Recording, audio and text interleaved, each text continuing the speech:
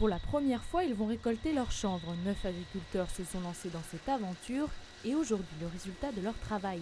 D'un côté, la machine récupère les graines et de l'autre, la paille va sécher au soleil avant d'être mise en ballots carrés. Rien ne se perd et l'avantage de cette plante, c'est sa facilité d'exploitation. C'est une culture aujourd'hui, on la sème, on lui met de l'engrais et on revient aujourd'hui à la récolte. On n'intervient pas du tout en cours de la culture, elle se débrouille toute seule. Les maladies, elle sait les gérer, les insectes, elle sait les gérer. Et aujourd'hui, on intervient pour la récolte. Les graines vont servir en cosmétique pour la pêche ou l'alimentation des oiseaux. Quant à la paille, elle va servir à l'isolation, au textile ou encore en plasturgie. Le but pour les agriculteurs serait de créer une filière courte où ils géreraient les récoltes et traiteraient leur chanvre dans leur usine pour le livrer directement aux clients. Le but, à terme, c'est de créer une usine de défibrage sur les sols.